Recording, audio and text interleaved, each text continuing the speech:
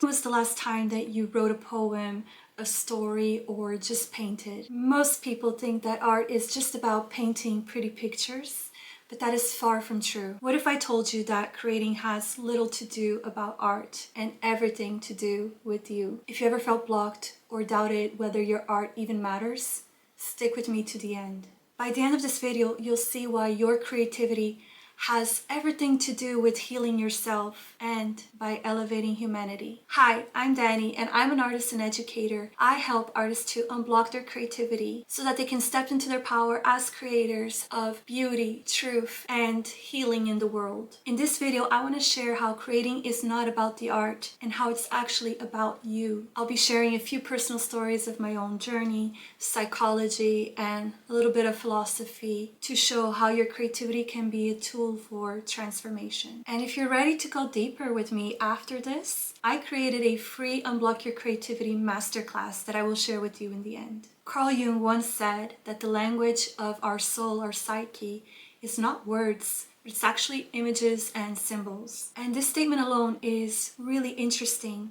This means that when you create, you're not just doodling, you're not just painting for fun, you're literally communicating with your unconscious, with the parts of yourself that don't speak English, qui parle pas français, or fala português. No, these deeper parts within yourself, they speak in images and symbols. Here's the wild part, that when you express these images and symbols, they don't just stay personal, they become a dialogue with the world. They translate into universal values. That's why great art resonates. Not because it's technically perfect, but because it speaks the hidden language that we all understand. But here's the thing. It's not about making it all about you as the artist. In fact, that's where most people get it wrong. Most people think art is all about self-expression. But what if I told you that art isn't about you at all? Art is actually an act of service. It's about lifting people out of the chaos. It's about being a myth keeper, a philosopher, a storyteller, a teacher who elevates consciousness. Imagine that you were writing your own version of Plato's Republic, not as a philosopher, but as an artist, in a way that your paintings and creations actually shape a better world, eradicating injustice and planting the seeds of beauty, love, and truth. Plato knew this. People think he banned artists, but the truth is he considered them dangerous because he understood the power of art. He knew that it could either heal the collective consciousness or completely destroy it. I once had this beautiful experience while working with psychedelics. I was spiraling down a little bit into fear and in a dark place, when all of a sudden, the woman who was holding space for me, she began singing this beautiful song that she created about the Selkie, which is one of my favorite myths of the divine feminine. It's the story of the woman who longs for her soul skin, who longs for her essence, and the creative spark that she forgot about, which is her soul skin. So as she was singing, this vision of a light in the middle of the dark appeared to me, and I literally experienced the medicine of art. How not only that beautiful song that she was singing was uplifting me from that place of darkness, but the power of creativity to uplift humanity, to be able to shine this light, to become this lighthouse when everything feels dark. And this message was a somatic experience. And it just proved to me what the ancients already knew, that art is catharsis, that art heals, that art can transmute alchemically the darkest situations and turn it into beauty and light by being very conscious about that message that is being conveyed in that piece of art. So how do we make sure that our creativity heals instead of harm? It starts with ourselves. I didn't always understand this because I actually grew up in a culture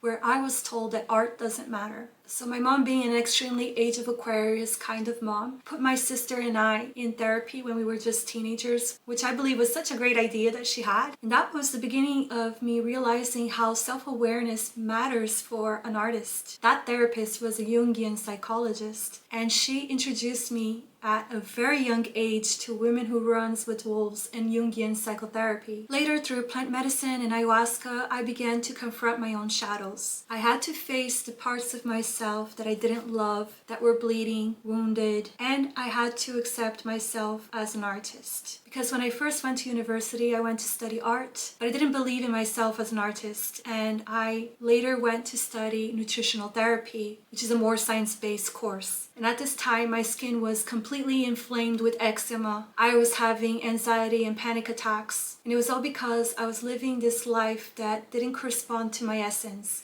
You see, I had become the Selkie woman, the one who was longing for her real skin at the bottom of the sea, her creativity, her essence.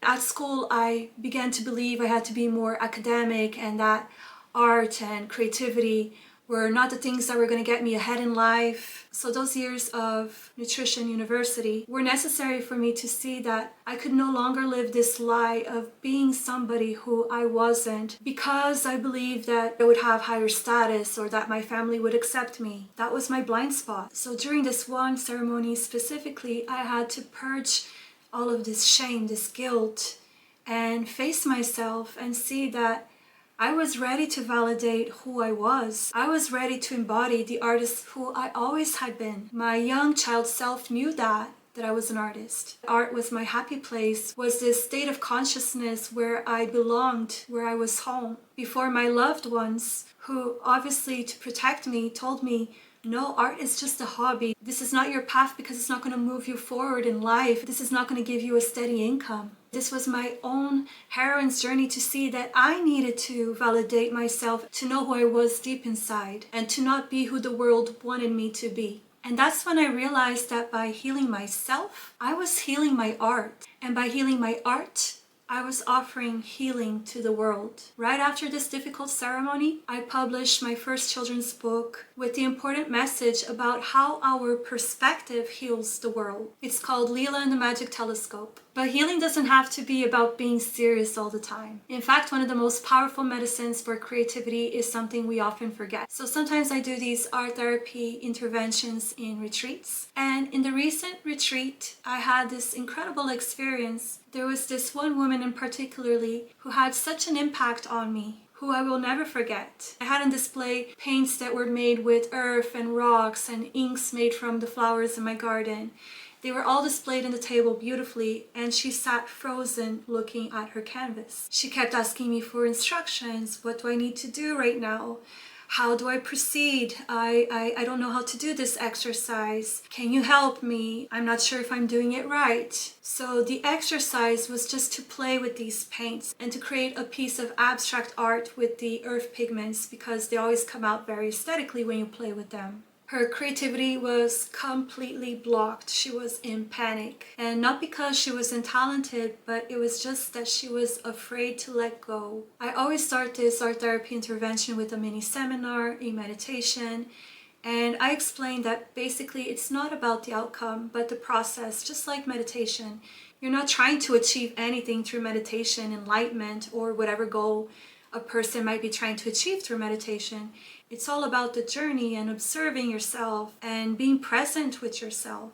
But I realized that for this woman to let go, I had to actually speak to her in a very intellectual way of why we were doing this exercise, of why we have this resistance sometimes to just let go and to experiment and to not be attached to the outcome. Little by little, she started to play and little by little let go. And by the end, her canvas was this huge mess and she blurted out, "This is the first time I make something that I don't like." And all I could say was, "Yes, great, congratulations. When you get home with this canvas, frame it, put it somewhere as a reminder that it's okay to do things that you're not proud of. It's okay to not be perfect. It's okay to be a work in progress." It was beautiful to watch her in this state of being, of play, and embracing her inner child. And that's the point. Creativity isn't about art itself. It's about you. It's about healing. It's about self-love, self-confidence, self-realization. And when we play, we allow ourselves to be fully human. Our art naturally carries that frequency, that energy of joy, play, and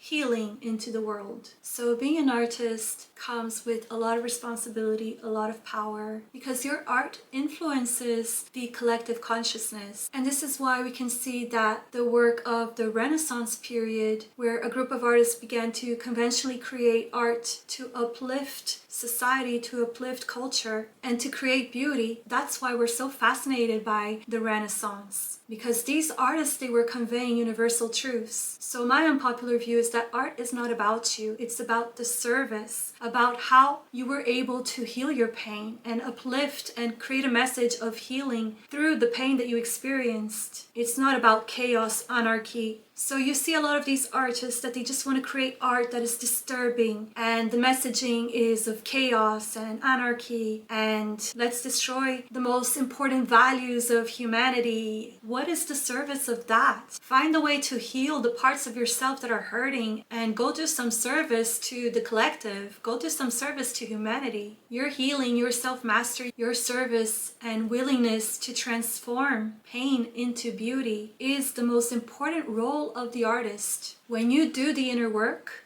your art changes. Your art becomes a vehicle to change consciousness positively, to uplift consciousness from the dark, to bring order from the chaos. That's why you, as an artist, that's what matters the most. The world is longing for beauty. The world is longing for healing. And I'm a work in progress myself. There's always layers in this journey for healing to happen. And what I noticed is that these are my pieces of work that sell, that become more magnetic because they are conveying what we all hold deep within our soul, which is this longing for universal truth and beauty. If this resonates with you, I would love to invite you to my Unblock Your Creativity masterclass. You can check it out in the link below. It comes with a workbook and it's a step-by-step process to tap into your limitless source of inspiration, creativity, and to reconnect to your true artistic power as an artist and healer. And of course, if this video resonates with you, I would love you to hit like and subscribe and share with somebody that really needs to hear this, as this is a new channel and it will help this channel a lot. So remember that art doesn't begin with the canvas. Art begins with you. See you next time. Ciao.